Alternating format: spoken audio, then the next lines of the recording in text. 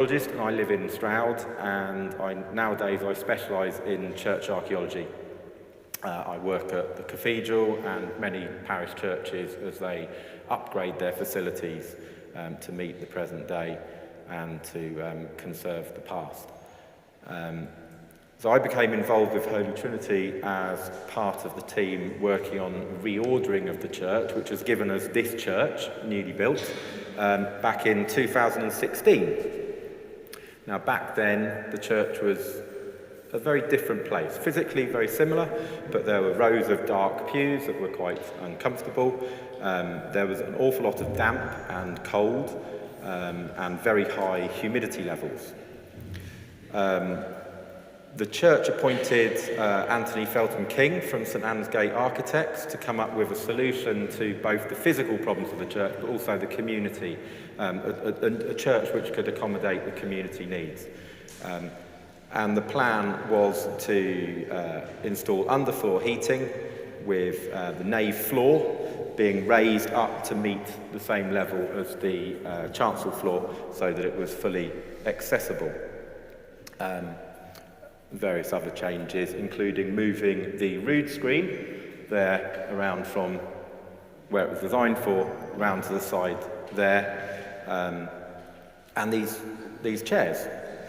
So I was appointed in 2016 and researched extensively into the church, and then dug some test pits, and that was to check what we had, archaeologically speaking, underneath the floor, because there was a risk that there would be a great deal of archaeological old medieval floors, which would mean that we couldn't do the excavations because they would be too expensive. Next slide, please. You got it? Right, okay. Sorry, I'm not linked to that. So, faculty was granted, and between 2016 and 2018 we did most of the work and dug up pretty much the whole footprint of the church, and then later did work in the graveyard as well. The archaeological work showed that most of the medieval church had been comprehensively destroyed in 1842 when this part of the church was built. But tantalising glimpses did survive of the past church and community. And it was clear that there was a great deal of documentary evidence for the building and its history. And the question was how to, as part of the condition for the work, we had to write a report. And the question was what form that report would take. Would we be able to write a new history of the church that would be accessible to the congregation, to the townsfolk of Minchinhampton, visitors, as well as to archaeologists and historians? And could we do that rather than write a dull technical report that no one would ever read? But don't worry, because that dull technical report is available if you want to read it. But it is very dull. So the result of that was this new history of the church, published for the Cotswold Naturalist Field Club by Hobnob Press. So this talk is about that history, a history of a church and of the church. So we've woven together archaeological excavation, artefacts, primary sources, accounts and minutes, drawings and illustrations. This is the history of the church and how it has changed over the centuries. Next slide, please. And that story would be far harder to reconstruct were it not for the passion of one man, Fenning Park, who was a schoolmaster and sometime parish church here. Now, Park gathered together many original documents and preserved these in a scrapbook he called the Minchinhampton Chronicles, which is now in the Records Office. But he also commissioned documents. So when this church was rebuilt, he commissioned the builder to actually write an account of the church that he demolished.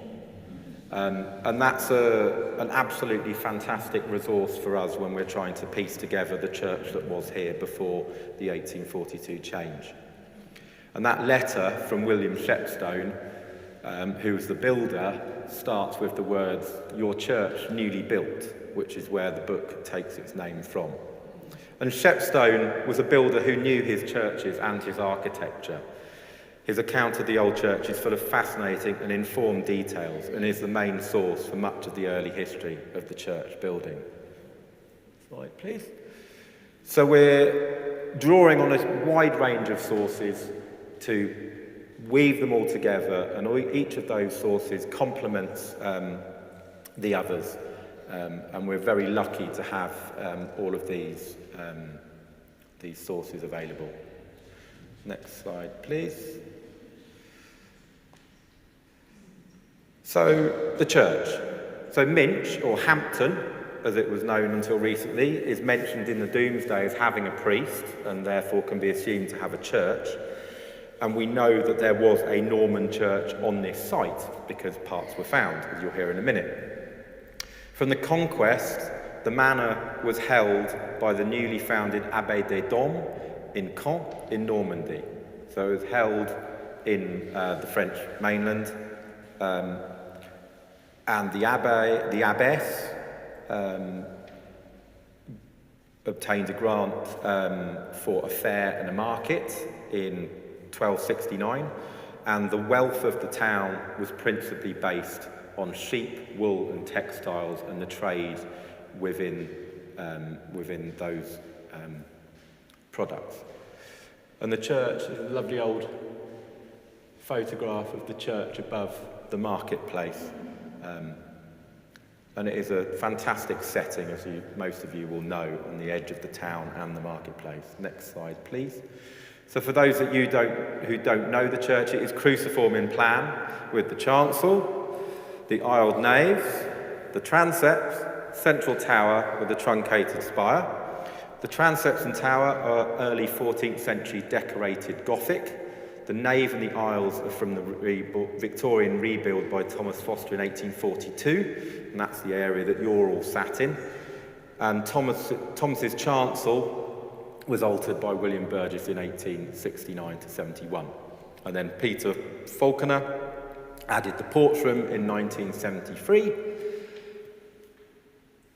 and that's been slightly adapted over the last couple of decades. So in this talk, I'll mainly concentrate on 3 chapters in the church history: the early 14th century, which is these bits, the Reformation, and Thomas Foster's rebuilding. There's plenty more in the book. Next slide, please. But first, a bit of the Norman church. So there's nothing surviving of the Norman church, so we're reliant on documentary sources. We do, however, have a scale plan of the old church in 1842, drawn up apparently by Fenning Park, and it shows a north arcade on the same line as the current north arcade with round columns, and that's confirmed by Shepstone, who refers to rather massive columns with the capitals slightly ornamented, the arches plain with a dripstone terminating with a shark's head. Now above these, he says, there were widely carved on the quarters of 2 of these arches, we discovered 2 small Norman windows, walled up 6 inches in width, splaying inwardly towards the nave, having small shafts at the angles with ornamented capitals and a moulded arch over. In taking down this wall, we found several pieces of network zigzag, which is chevron work, and other ornaments belonging to this order, of which I made sketches. And his finding of reused chevron suggests that there were 2 phases of Norman work. Next slide, please. Unfortunately, none of the architectural fragments that Shepstone recovered or any of his sketches survive, or at least we haven't been able to find them. However, some idea of the ornamentation may be found in the nearby church of Avening, just down the hill, which was also held by the nuns of Caen and may have been built by the same masons. And it's a fascinating church. Moving on to where are we up to now? Decorate, oh right, we've jumped to the early 14th century. So Minch in the early 14th century, so this is just before the Black Death. It was an established market, it had annual fairs, and was a nascent urban centre. So it had people, it had a butcher's row, the shambles, down the bottom of Bell Lane, and all kinds of shops, small shops. So wealth from sheep farming was used to rebuild most of the church. The only part of the church that was not rebuilt in the early 14th century was the north aisle. And the north aisle was known as the Rodborough aisle, because at that time, Rodborough was part of the parish of Minchinhampton. Now, Rodborough had just built its own chapel of ease, which may be the reason why they weren't particularly keen on paying towards a new aisle when they had their own chapel. Thank you very much. So the rest of the church was all rebuilt. The Abbess of Caen was probably not involved in this work, though, because we're in the period of the 100 Years' War, and because Caen was then in France, the manor had been forfeited to the crown. So the building work on the church would have been paid for by the local gentry, merchants and clergy, who would have funded it. And most of the work was carried out during the term of the rector William of Prestbury, who was rector from 1318 until his death, probably of the Black Death, in 1349. There were about 3 priests in 1 year, which gives you an idea of the kind of how much it must have affected the town. And Prestbury endowed a lady chapel in 1338. Next slide, please. Of the dated elements of this early 14th century rebuild, it appears the chancel was completed first in 1315. Logically, the tower would also have been one of the earliest phases, followed by the south transept in 1330 and the north transept in 1338. This was an almost complete rebuilding of the church, so it would have had a massive impact on the community, with the new church, with a new spire rising up from the old Norman church. The decorated Gothic work on this scale is very rare in the Gloucestershire Cotswolds, and there's only one other church entirely of this style at Toddenham, near Morton in Marsh. And more usually in this period, you just get embellishment of the existing church with decorated windows and the like. So quite why Holy Trinity was rebuilt at this time is unclear, but it's probably related to the confidence in the town's economy and the wool trade, and perhaps competition between different wealthy inhabitants. Next slide, please. He's preempting them very, very well. Thank you, Dan. Where are we up to? So this delightful watercolour of the church is from the churchyard in the north and the manor house on the side. And this gives us lots of information on how the church looked. With the windows of the north aisle were replaced, and the chancel was partially rebuilt with a new east window. The tower's obviously completely rebuilt with its star vault, and the nave probably had some new windows. But the main work is these new transepts. And this watercolour gives the only hint of the chancel east window, which looks like it's got a wheel of 6 lights above 5 lights below. Next slide, please.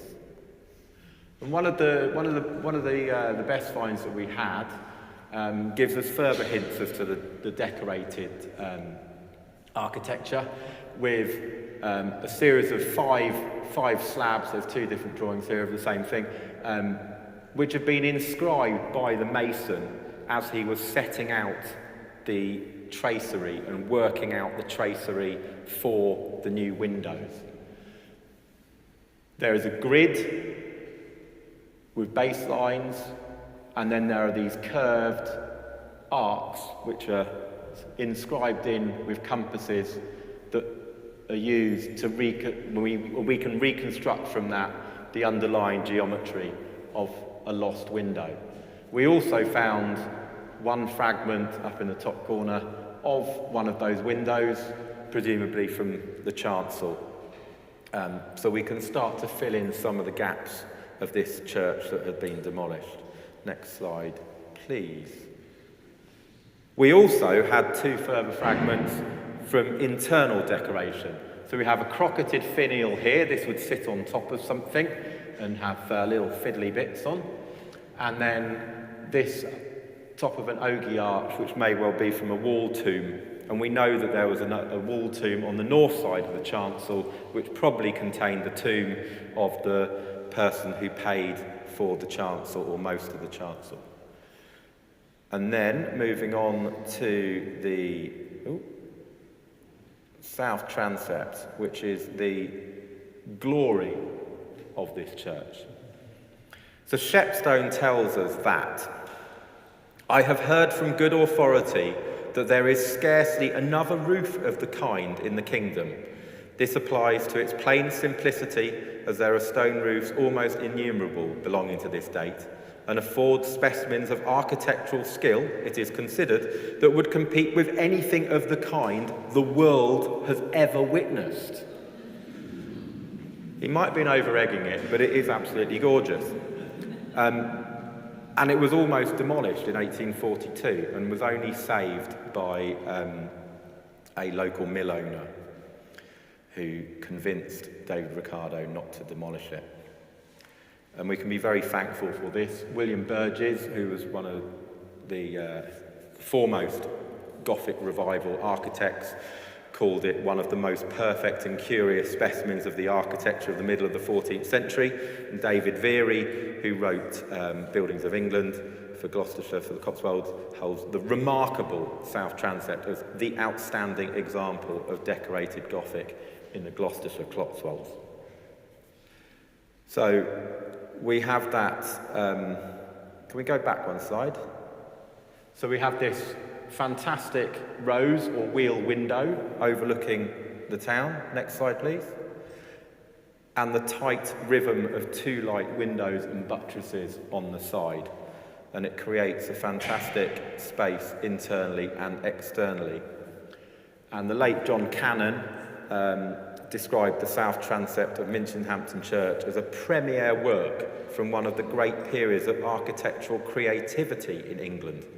This period saw the appearance of a sophisticated, inventive and sometimes experimental phase of decorated Gothic, a phase in which the West Country played a central role and of which Minchinhampton is an overlooked gem. We can go forward one. And again. Stay on this one. John very kindly contributed an assessment of the south transept in its regional context in the book, and he places the window and vault very firmly in this West Country tradition of the Bristol master, Thomas Whitney and William Joy, some of the best architects of the time. And he has placed the south window as being modelled on the east window of Old St Paul's, seen here, which was completed in 1314. There are clearly lots of links between masons. Stay on this one. While the stone vault with its stone scissor-braced ribs, so this is Minchinhampton, all this roof is all stone. It's not timber. Go and have a look afterwards if you haven't seen it. It's all stone scissor bracings, and its closest comparator in the country is the vaulted sacristy, far smaller, at Willingham in Cambridgeshire. And I don't know if you can see, but it's extremely similar, the way that is structurally and decoratively created. So there are links that John has pointed out between West Country and East Anglian masons. These people are very skilled and they are moving across the country, taking ideas. Next slide, please.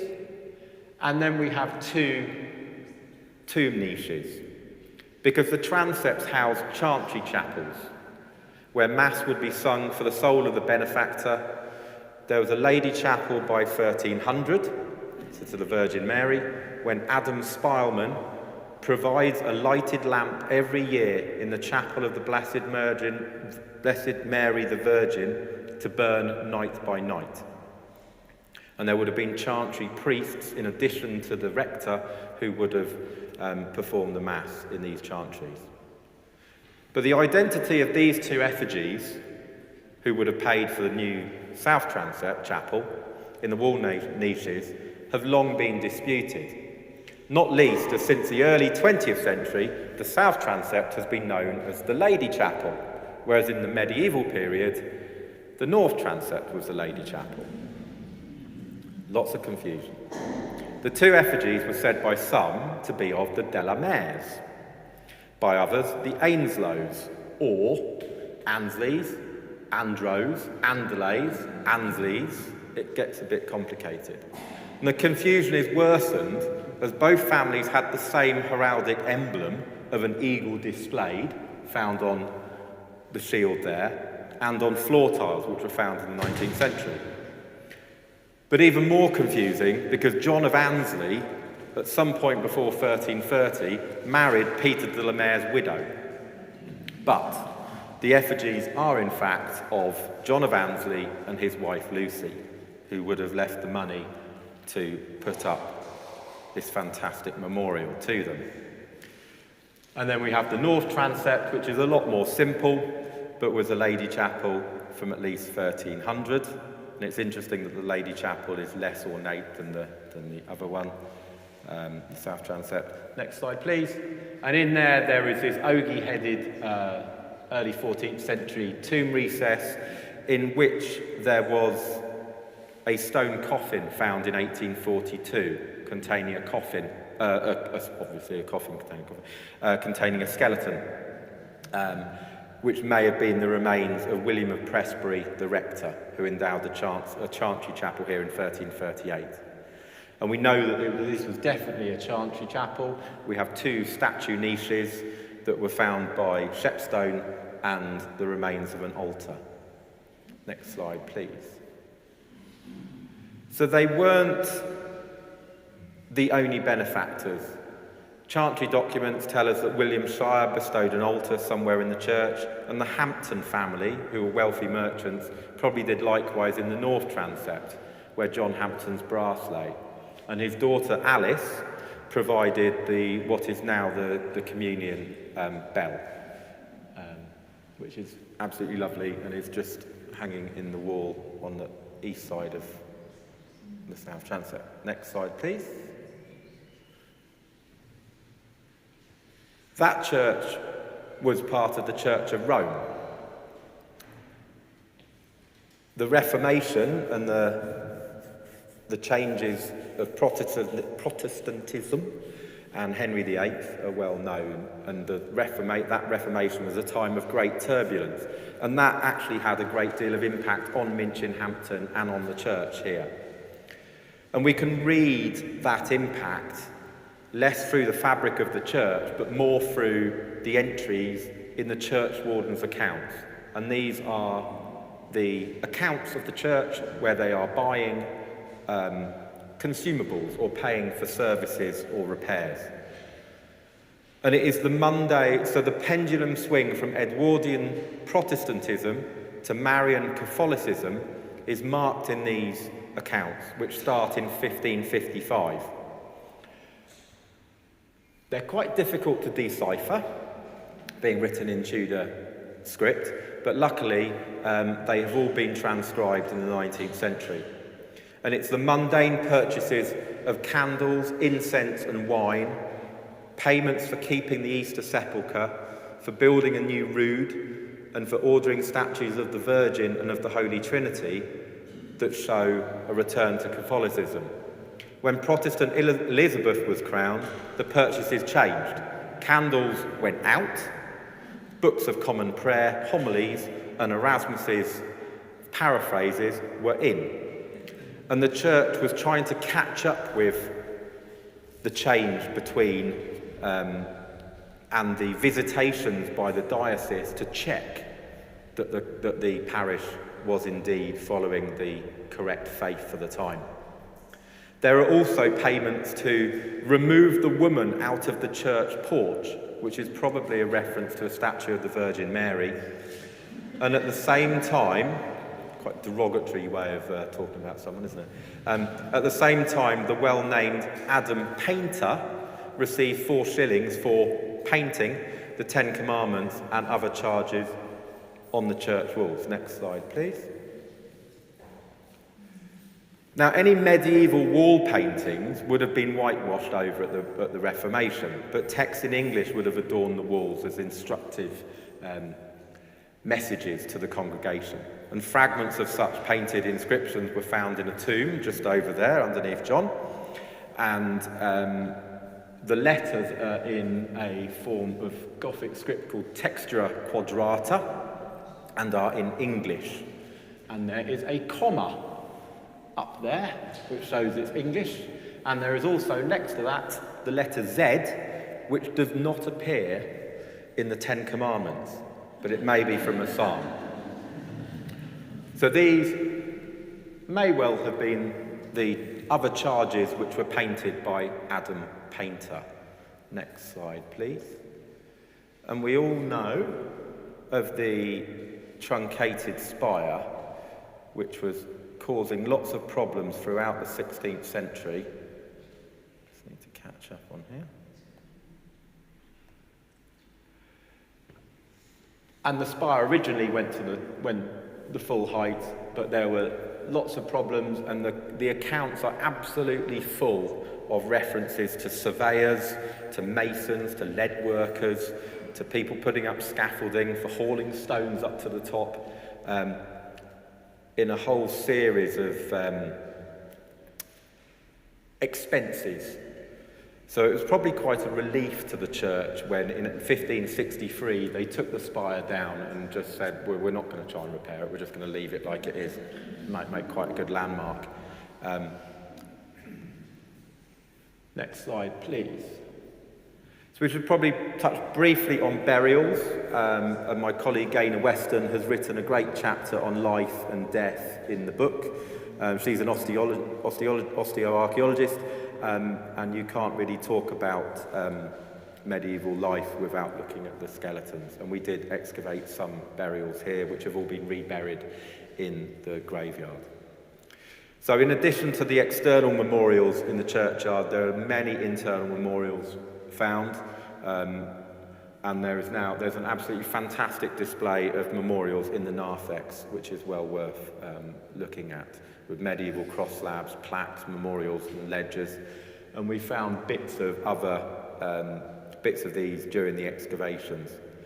And recently, the very poignant memorial to Anne Bainham was found, which was hidden by the organ behind there. And Anne died in 1632 in her first month, so a newborn. Yet she received this. This is an old photograph. It's now been fantastically restored and set up in the narthex. This fantastic, beautiful effigy in alabaster. Very, very fine work indeed for a very, very young baby. Next slide, please. We also had a lot of coffin handles and coffin lace, which is used to edge coffins. And this circular bit of rust is a coffin escutcheon, which would have decorated the coffins. The coffins would have been covered in fabric and had very nice, shiny or black escutcheons placed on them, very highly decorated in the early 18th century with embossed tin plate with cherubs, or puttees as they're properly called. Next slide, please. This is a view of 1712, and by this point the church was filling up with pews and box pews, and I don't know if you can see on here, there are little stairs at the west end and on the south aisle, and these are stairs to access private galleries which were built on the first floor within the church. Next slide, please. And this is a plan of all of those first floor galleries in 1842. And this is the age of the sermon, with a triple-decker pulpit as the focus for attention, not the altar. So there was a west gallery, which would have had the organ, a south gallery, in the north aisle as well, into the north transept, the south transept, but also in the chancel. So there would have been a gallery up here. Next slide, please. And that's the church as it was in 1842. This is an absolutely beautiful engraving of the church shortly before it was rebuilt.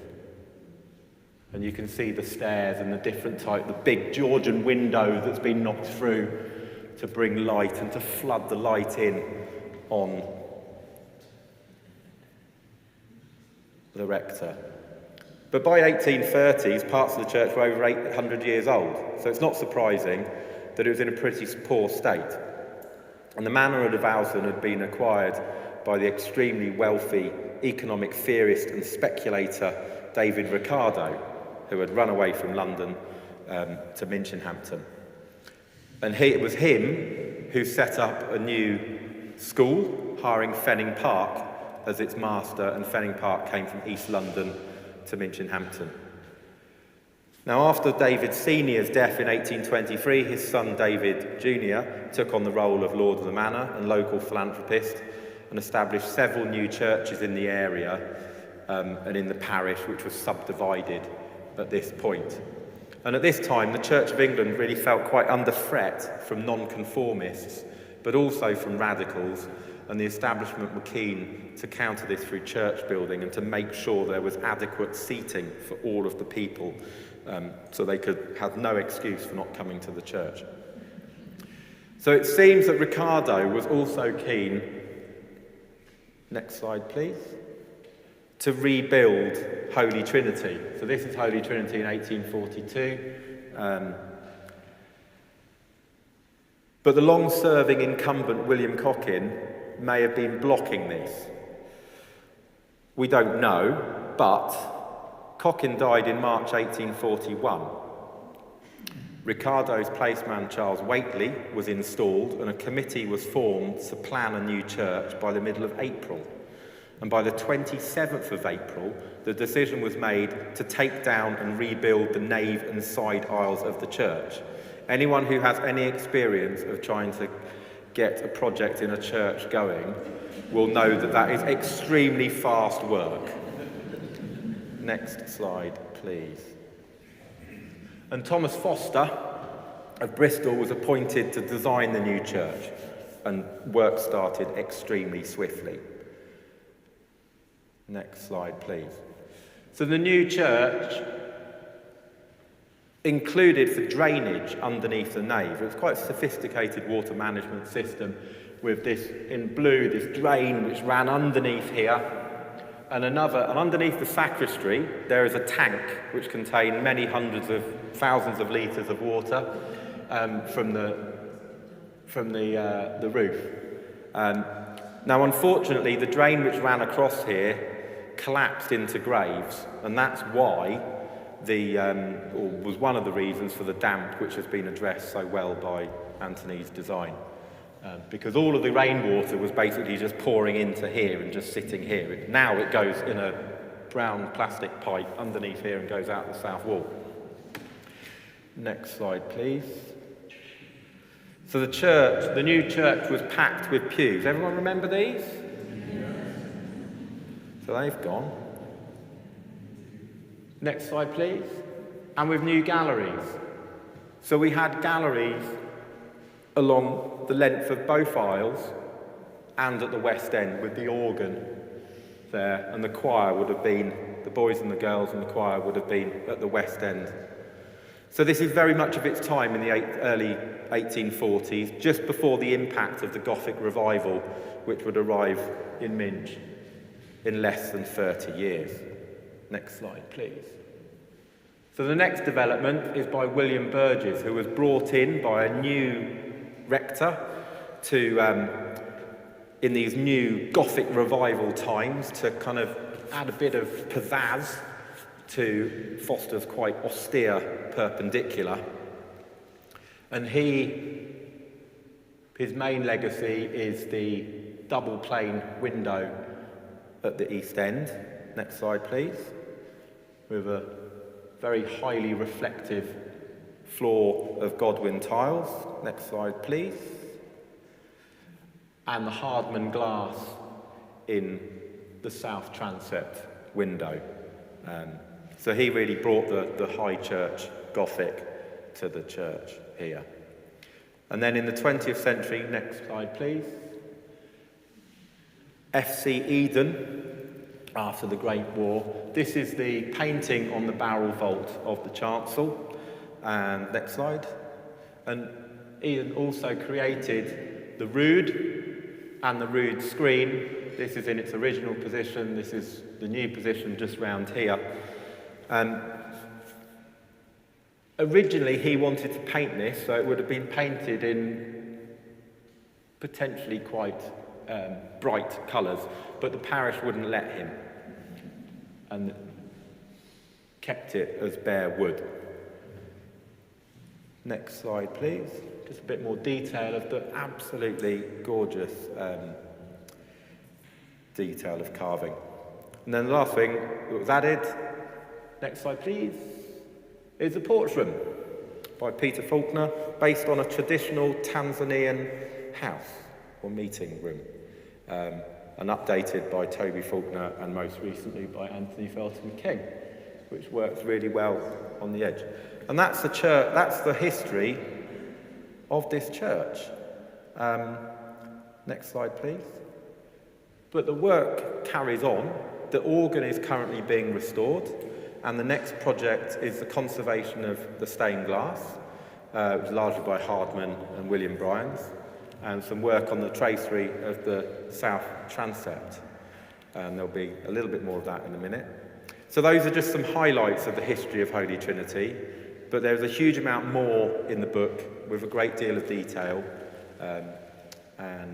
It's been absolutely fascinating to explore lots of rabbit holes and to find out and learn a huge amount about Minchinhampton and the Church of England, in England. So it's been an absolute pleasure and a privilege to work on this. And the book is available from the church and also from local bookshops and on order from larger bookshops or direct from Hobnob Press. Next slide, please. So thank you all for your time. Apologies for the technical delay. I hope it's revealed something of the building, whether it's a building that you have known for your lifetime or one that you are just coming into for the first time. There's lots to look at and find out. And I think you'll agree that the church now is a very pleasant and warm and welcoming place to be. And indeed, it was almost impossible to find. It's so busy, the diary, it was almost impossible to find an evening that we could actually have this launch, which is a sign of a really successful reordering. So finally, I'd just like to thank everyone at Holy Trinity and the wider Minch community, the project team, archaeologists and historians, David Thackeray at the Field Club, John Chandler at Hobnob Press, and in particular, I'd like to express my debt to John Cannon, whose death has been a great loss, not least to church archaeology. Thank you all very much. Bye.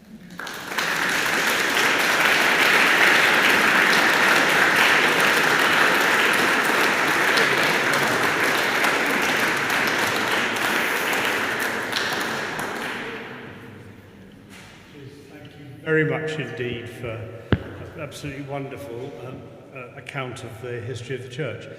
Before we go into the thank yous, are there any questions? Anybody like to put any questions to Chiz? We've got a wandering microphone at the back.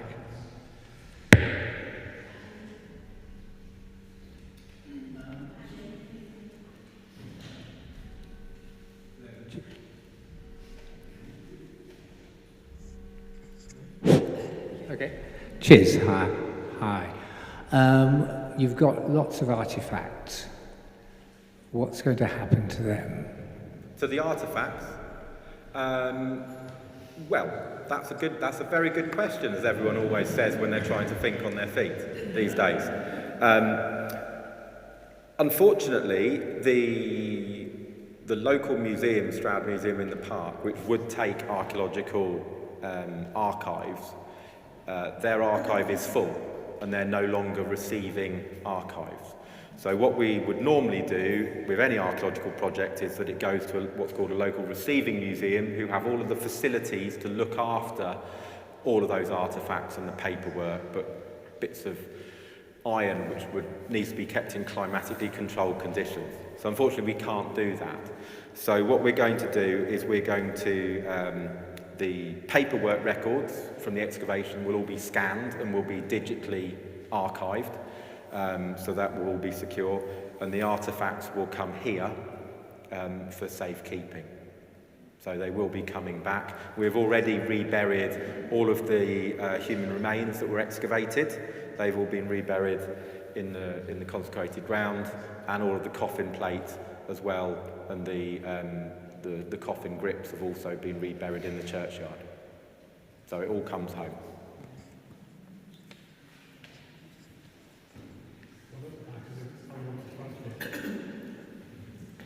I've got the microphone.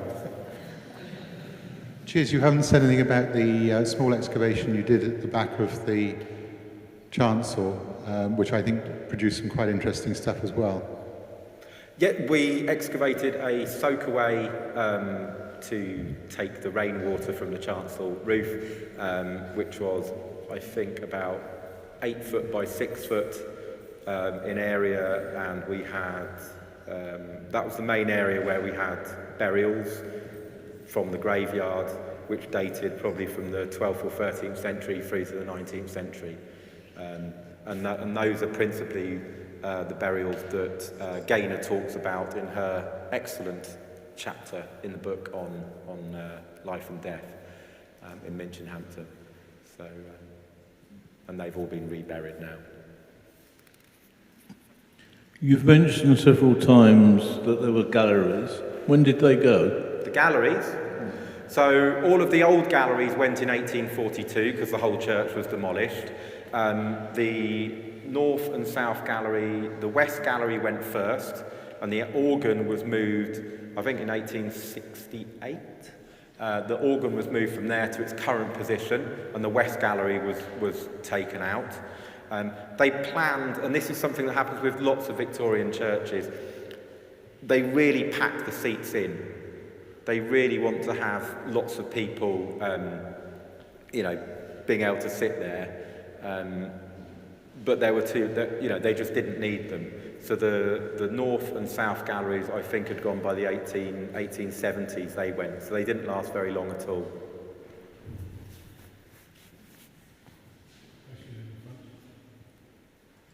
This church would have been packed full of ledgers at one time. Did they go in the 1840s, or did some remain and they've since been moved? And what happened? The ledger stones? Yeah.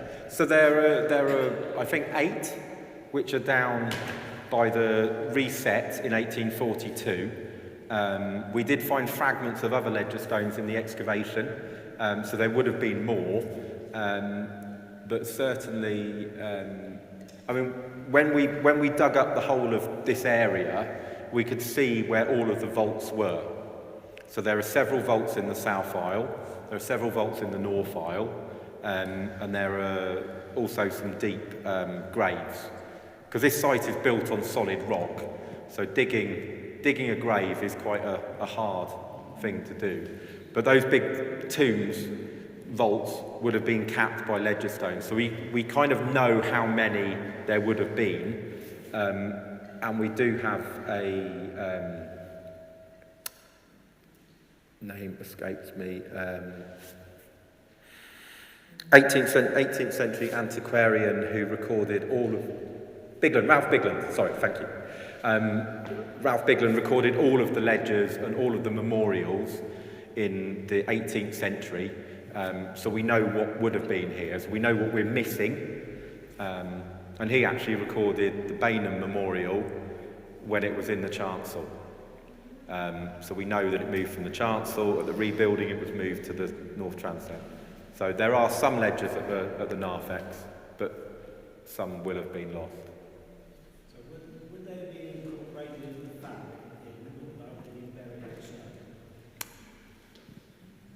Well, when the church was rebuilt in the early 14th century, they did incorporate probably about 30 medieval cross slabs in the new church that they built. So it's quite possible, because ledgers, being big flat slabs of stone, are very useful as lintels and in construction.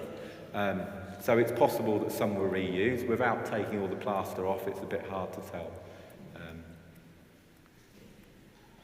Final question, how much did it all cost? Sorry, this reordering. I don't know. We've got 2 more questions behind you. There's a big focus at the moment on window restoration, especially the magnificent rose window in the Lady Chapel. Do we know anything about the original glass in that window? No. No, we don't. And that's one thing that is a real shame. I mean, it would have almost certainly... There are references in the church warden's accounts to glaziers, but we don't know whether they are repairing stained glass or are just installing or repairing plain quarry glass. So unfortunately, no, we didn't find any medieval glass. I think the last question. I'm curious, in the course of your very detailed, technical, involved work that is masterfully laid out in this book, I'm just wondering, could you share with us, was there a moment of surprise, of epiphany, of spiritual awareness? Anything that you could share with us in the course of this work that you have done?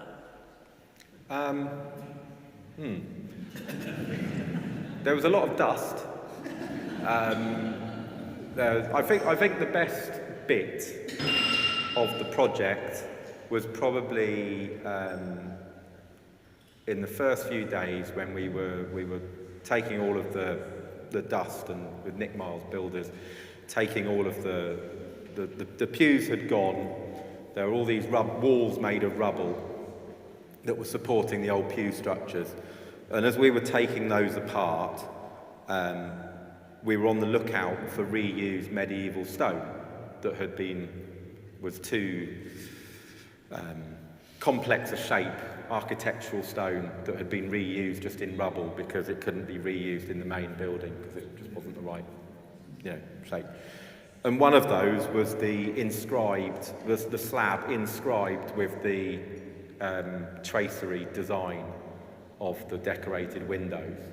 And then we found another one and it fitted together, and eventually we had five pieces of stone which fitted together, and they were originally a slab which the mason would have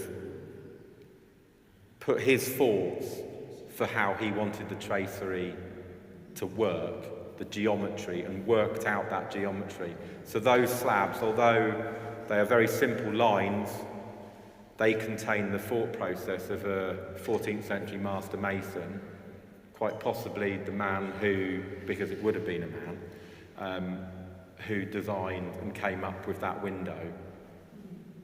And that's him getting his thoughts down on stone before it was then turned into templates to carve the stones on the bankers. So that connection, not just with something that someone had made, but with how they were thinking of making it, was very strong. So that was probably the best bit. Well, all the other best bit was that underneath the pews there were bits of there were various things that had been dropped through the cracks by small children, presumably. And we had some cigarette cards, and you can just, and one was, it's called a POG, it's a milk bottle top. The old cardboard tops for milk bottles. So you can just imagine some very bored children sitting in the pews fiddling with these things, and then one dropped through the crack. So, but now we have no cracks. So, thank you. It's a lovely question. Just an answer to the question from you, Harry, how much have we invested so far in the reordering? I'm reliably informed that it was our original estimate when the work started to be done was 1.3 million, and so far we've spent £1.25 million. And when I say we have spent, that's because members of the congregation have tirelessly been fundraising through various different channels. And every time we fix something, another bit falls off. And we haven't finished yet. There's still, as you know, we've raised money for the organ, and now it's the windows the money is being invested in. Thank you, Tracy. That was a very important point. Can I just follow up on that last question, which I think is a lovely question? And for me, one of the points that came as a real sort of understanding of the place was the trench that was excavated on the north side of the chancel that was referred to. It was a 2-metre cube, so 2 metres by 2 metres by 2 metres deep, in an area where there was no indication of any burials on the surface, and there were 13 burials in that cube, and there must be hundreds, thousands of people buried in this churchyard. And what I think is amazing is that the church captures, it sort of resonates with that enormous history of Minchinhampton and all the people who worshipped here throughout all the different changes in the way and styles of worship.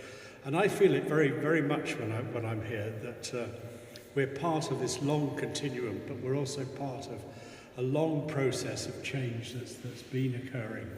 And that's a pretty exciting thing. So yes, I think that for many of us, those sorts of thoughts did occur. Well, I'd like to just say really an enormous thank you to Chiz for taking us through this history, for giving us that indication about the people who lived and worked here and worshipped here, the clergy who were responsible for the management of the place, the extraordinary sort of tensions that there must have been with galleries and pews and people buying their places, as it were. But always that indication that this is the place at the heart of the village where people worshipped, and I think that's fantastic. And that came through very strongly to me in Chiz's talk. I'd like to say too an enormous thank you to Chiz for. The book is terrific. If you've got a copy, if you bought a copy, do enjoy it. I probably read it about 3 times in various sort of stages of proof and so on. But it really is well worth reading. But Chiz has very, very kindly agreed to give his royalties to the book to the church, and the proceeds from the book sales this evening are all going to the church. And it's that generosity that I think shows the commitment that Chiz has had and felt for the church throughout this wonderful project. So thank you very much indeed, Chiz. That generosity is really, really strongly appreciated.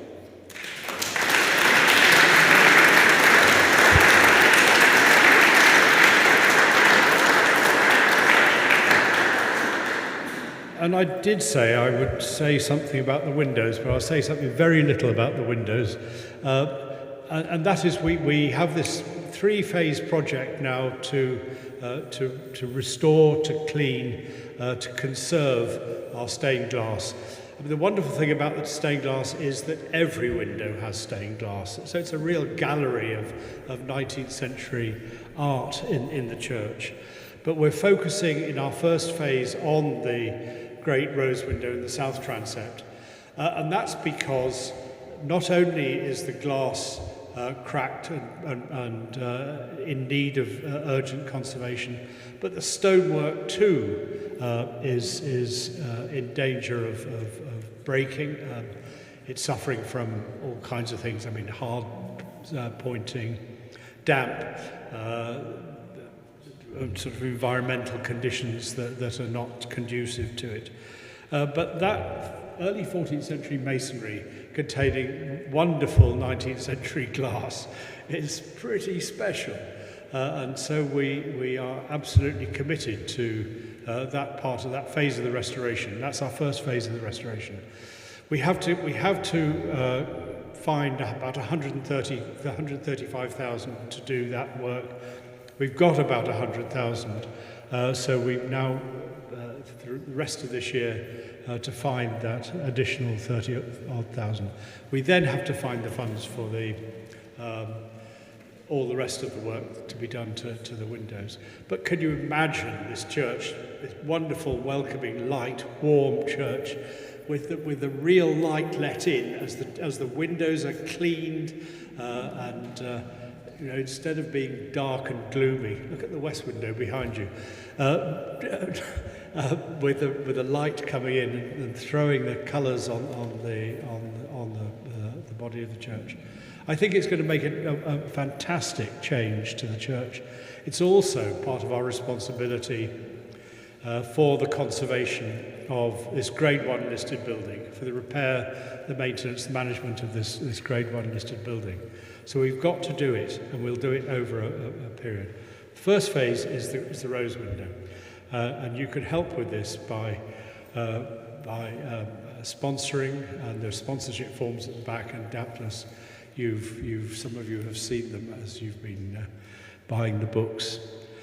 So thank you for that. Thank you all for coming, as Chiz said. I'd like to thank too the hospitality team, Mandy and John at the back, who've been doing book sales, and Tracy, who's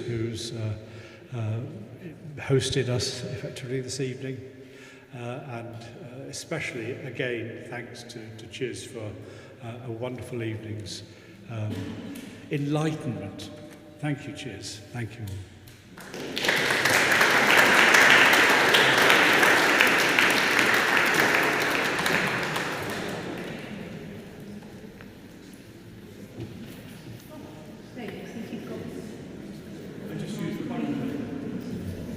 Hold on before you disappear. We're a church with one crown. I'm a vicar.